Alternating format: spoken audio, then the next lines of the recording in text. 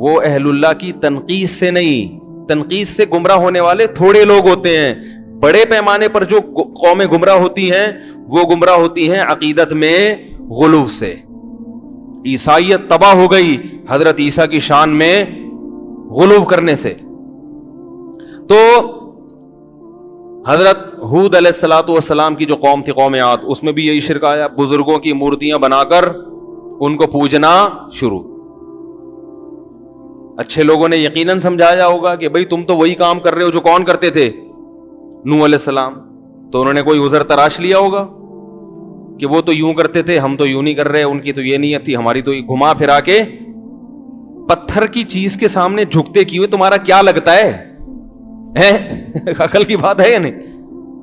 وہ کہتے تھے بھئی یہ اللہ کی ایک نشانی ہے, تو اللہ نے ان کو اختیارات دے دی ہیں. تو اللہ بار بار کہتے ہیں کہ کیا دلیل ہے کہ میں نے ان کو اختیارات دیے ہیں؟ یہ تو تم نے اپنے ہاتھوں سے بنائے, کیا دلیل ہے؟ دلیل کسی کے پاس کچھ نہیں ہوتی.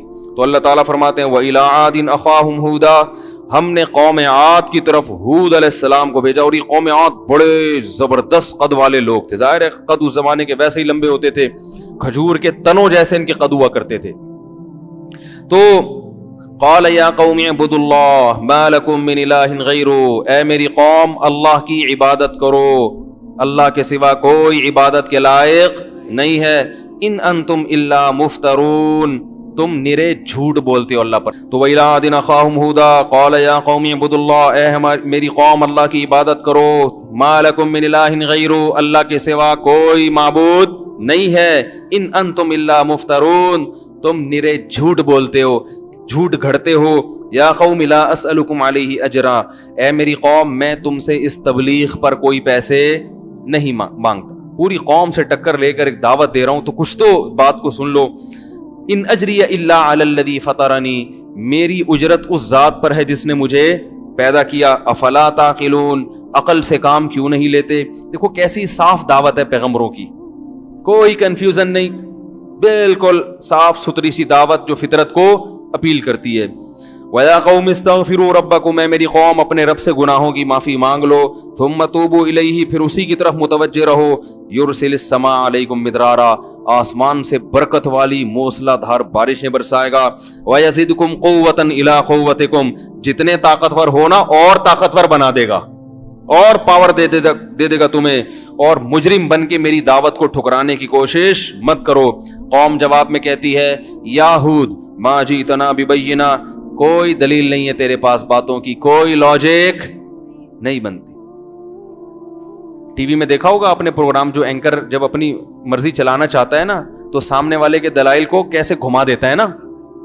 پالیسی ہوتی ہے نا ٹی وی چینلز کی کہ اس کو پروموٹ کرنا ہے, اس کو کیا کرنا ہے, پیچھے رکھنا ہے, خام خام اس کی بات کو گھما کے. تو یہی ہوتا ہے جب بھی باطل کا انکار ہوتا ہے, اس کے تمام دلائل کو گھما دو اور جو غلط چیز ہے اس کو آگے لے آؤ. تو وہ بھی کہنے لگے ما جیتنا ببینہ, پتہ نہیں کیا دلیل ہے, دلیل تو کوئی ہے نہیں. وما نحن بتارک آلہتنا عن قولک, ہم اپنے خداؤں کو تیرے کہنے سے نہیں چھوڑ سکتے. وما نحن لک بمؤمنین, اور نہ ہم تجھ پر ایمان لانے والے ہیں. ان نقول الا تراک بعض آلہتنا بسوء, اصل میں تو ہمارے بتوں کے خلاف بولتا رہتا ہے, تو ان بتوں نے تجھے کچھ کر دیا ہے. یعنی پوری قوم ایک طرف جا رہی ہے, تو خام خامے پوری قوم سے کیا کر رہا ہے, ٹکر لے کے اپنی زندگی خراب کر رہا ہے معاذ اللہ. تو یہ ان بتوں کی بددعا لگ گئی ہے تجھے. یہ کیا ہو گیا ہے؟ جیسے میں عاملوں کے خلاف بولتا رہتا ہوں نا, بولتا رہتا ہوں, تو کوئی بھی ذرا سا مسئلہ کہتے ہیں کسی عامل نے کچھ کر دیا ہوگا. حالانکہ میرے ساتھ اللہ کا فضل ہے, مسئلے ویسے بھی نہیں ہوتے. اللہ کا بڑا فضل ہے, اللہ نے بڑی ستاری کا معاملہ بھی کیا ہوا ہے اور غفاری کا معاملہ بھی ایسا لگتا ہے کہ کیا ہوا ہے. سارے کام اللہ کا فضل ہے. پریشانیاں تو ہر ایک کو آتی ہیں. تو میں کہتا ہوں یہ جن, جو چار جن بھیج دیں یار, 10 لاکھ جنات ہیں, 18 لاکھ جلا دیے, 25 لاکھ یہ کر دیے, تو ایک آدھ ہماری طرف بھیج کے ہم کو اٹھوا لیں یار. تو انہوں نے کیا کہا کہ یہ ہمارے بتوں کے خلاف بولتا رہتا ہے. اب آپ یہ نہیں کہ میں عاملوں کو بتوں سے ملا رہا ہوں, اتنے برے نہیں ہوتے کہ بت پرست نہیں ہوتے وہ, مگر سیدھے بھی نہیں ہوتے, اتنے اچھے بھی نہیں ہوتے جتنے نظر آ رہے ہوتے ہیں. ان نقول الا تراک بعض آلہتنا بسوء, تھنکنگ وہی ہے, وہم, شاید کسی نے کچھ کر دیا ہو, شاید کسی نے کچھ کر دیا ہو, تھنکنگ وہی ہے. تو وہ بھی کہنے شاید بتوں کے نے کچھ کر دیا ہو. قال انی اشہد اللہ، جب انہوں نے تانا دیا نا بتوں نے کچھ کیا ہے، تو ہود علیہ السلام نے کہا میں اللہ کو بھی گواہ بناتا ہوں، واشہدوا، اور تم بھی گواہ رہو، انی بریء مما تشرکون، ان بتوں سے میں بری ہوں، میں ان سے بالکل ڈرتا نہیں ہوں، یہ پتھر کے ہیں، ککھ بھی نہیں کر سکتے.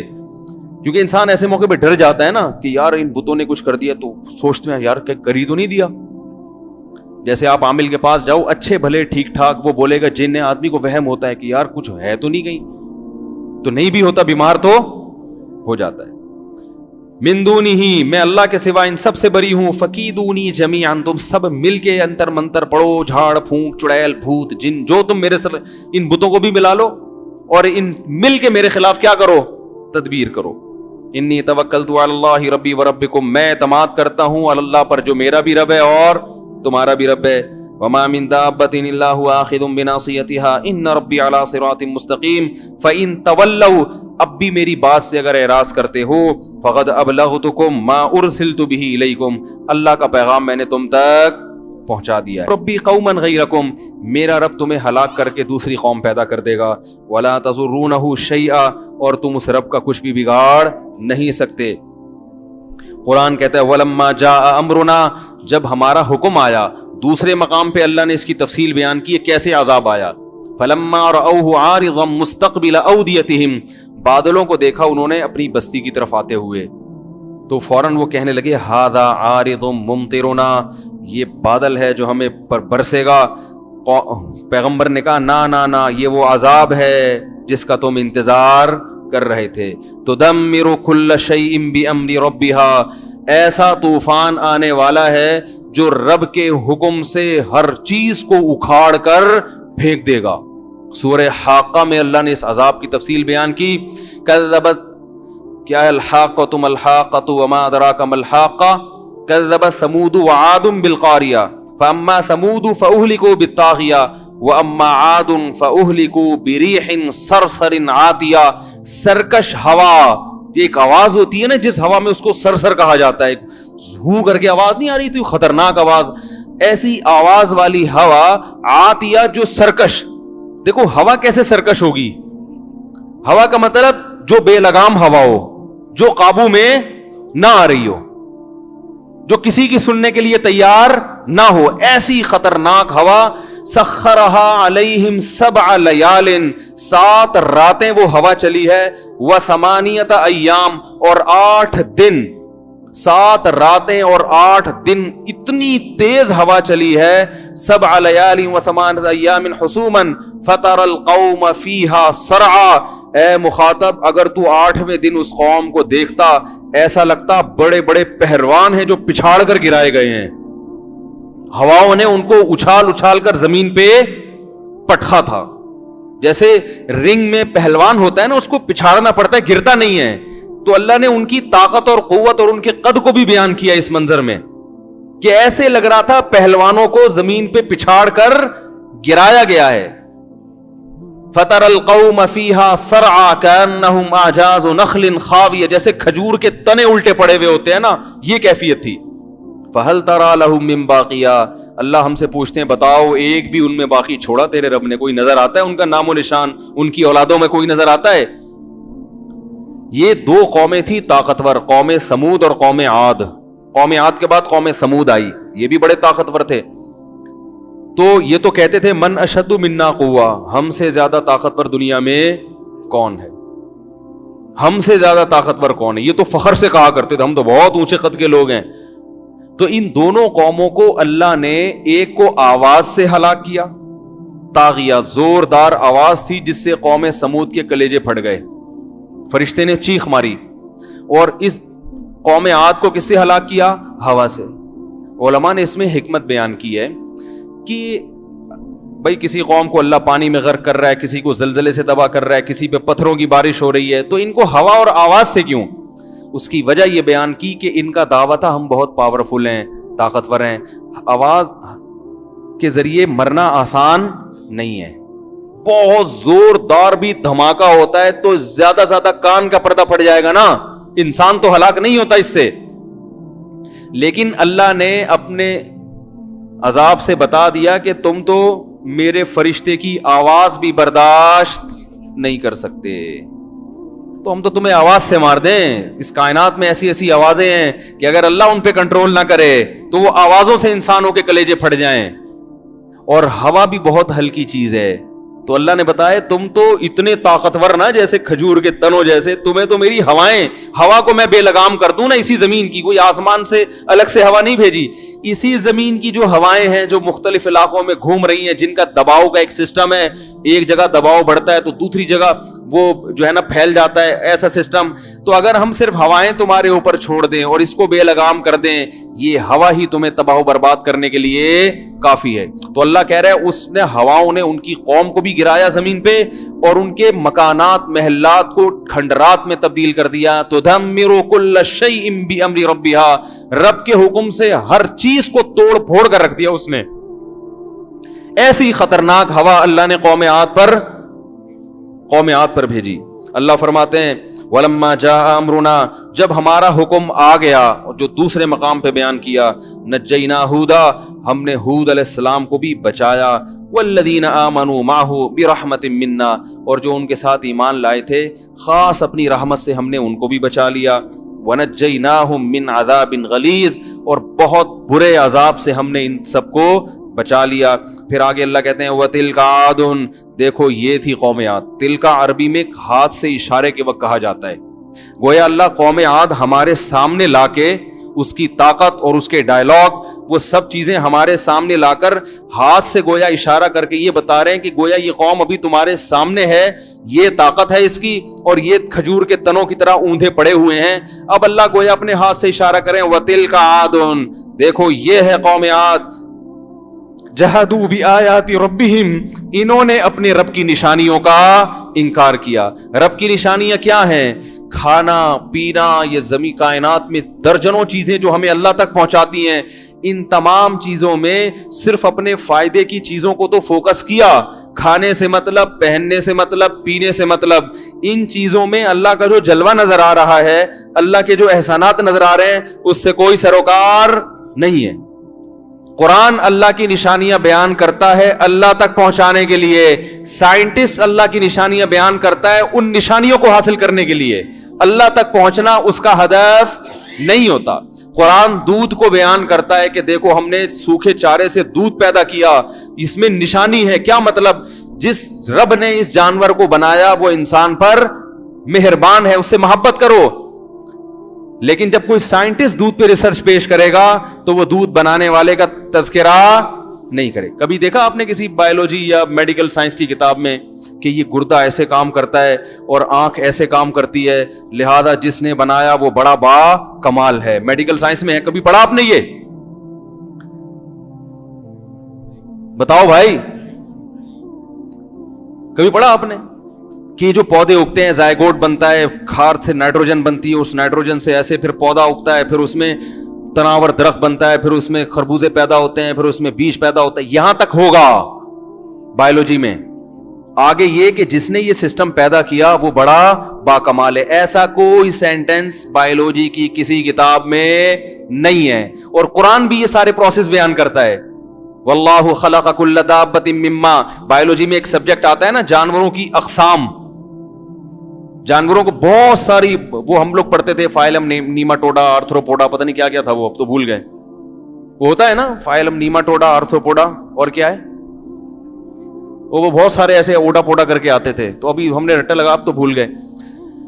تو یہ تقسیم, دودھ پلانے والے جانور, بغیر دودھ پلانے والے, رینگنے والے, چلنے والے, یہ ساری ایک تقسیم قرآن نے بھی بیان کی ہے. واللہ خلق کل دابۃ مما, اللہ نے ہر جانور کو پانی سے پیدا کیا. یہ بحث ہوتی ہے نا سائنس میں کہ مریخ پر پانی ہوگا تو زندگی بھی ہوگی, کہتے ہیں نا, اگر پانی نہیں ہے تو زندگی نہیں ہے. اس پہ بڑی تحقیق ہو رہی ہے. تو اللہ فرماتے ہیں ہم نے ہر جاندار کو کس سے پیدا کیا؟ پانی سے.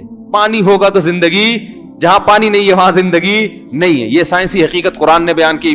فَمِنْهُمْ مَن يَمْشِي عَلَى بَطْنِهِ, اب قرآن ان کو ڈیوائڈ کر رہا ہے, ان میں کچھ ایسے ہیں جو پیٹ کے بل چلتے ہیں. وَمِنْهُمْ مَن يَمْشِي عَلَى رِجْلَيْن, کچھ ایسے ہیں جو 2 پاؤں پہ چلتے ہیں. وَمِنْهُمْ مَن يَمْشِي عَلَى 4, کچھ ایسے ہیں جو 4 ٹانگوں پہ چلتے ہیں. تو یہ اللہ اشارہ کر رہے ہیں. کچھ ایسے جو 6-6 8-8 ٹانگیں ہوتی ہیں نا ان کی, یخلق ما یشاء. اب سائنس یہاں پر آ کر ڈیوائڈ کر کے بتائے گی اتنی قسمیں ہیں بس, لیکن آگے اللہ اپنا تعارف کرواتا ہے یخلق ما یشاء, جس طرح چاہتا ہے پیدا کر دیتا ہے, جس طرح چاہتا ہے پیدا کر دیتا ہے. 2 ٹانگوں پہ چلانے والے بھی پیدا کر دیے, 4 پہ بھی, 6 پہ بھی. وہ 6 کو میں کیکڑا دیکھا ہے, 6 7 8 10 ٹانگیں. آنکھیں دیکھو, کسی جانور کو اندھا بنا دیا اس نے, وہ بھی اڑ رہا ہے, وہ بھی زمین میں بڑے آرام سے زندگی گزار رہا ہے. اور کسی جانور کو 2 آنکھیں دے دی, اور کسی کو 100 آنکھیں دے دی. مچھر کے سر میں 100 آنکھیں ہوتی ہیں. کیسے مختلف, جو چاہا جب چاہا جیسا چاہا بنا دیا.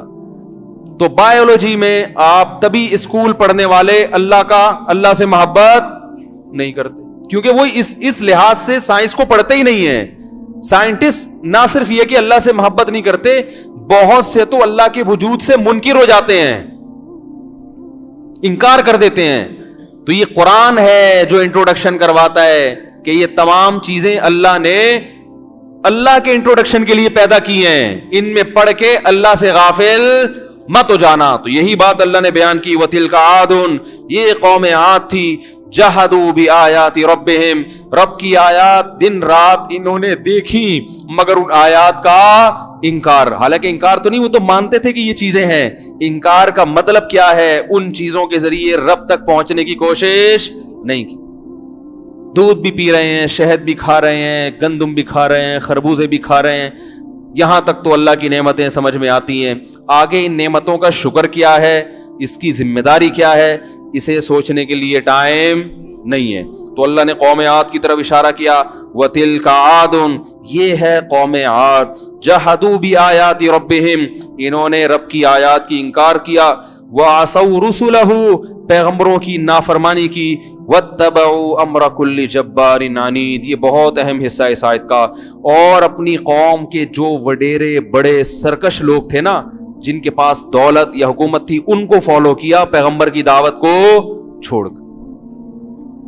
آپ کسی بھی سیاسی تنظیم میں ہو, ہم منع نہیں کرتے, لیکن اس تنظیم کو خوش کرنے میں, وہاں سے سیٹیں لینے میں, یا وہاں اپنا مقام بنانے میں مذہب کی مخالفت بولو بھائی نہیں کرو. یہ سب ختم ہو جائے گا یہیں پہ, سب یہیں رہ جائے گا. علاقے کے ایس ایچ او سے بنا کے رکھو, مگر دین کی مخالفت بولو بھائی. کسی بڑے سے ایسا تعلق پیدا کرنا کہ اس کی وجہ سے آپ اللہ سے تعلقات خراب ہونا شروع ہو جائیں, یہ چیز انسان کو جہنم کی آگ کی طرف لے کر جاتی ہے. فرعون کے بارے میں قرآن نے کیا کہا, یقدم قومہ یوم القیامہ فاوردہم النار, کہ اپنی قوم کو لے کر آئے گا اور جہنم کی آگ میں پھینکوا دے گا ان. کیونکہ قوم نے موسیٰ علیہ السلام کو دیکھا کمزور ہیں, ان کو فالو نہیں کیا.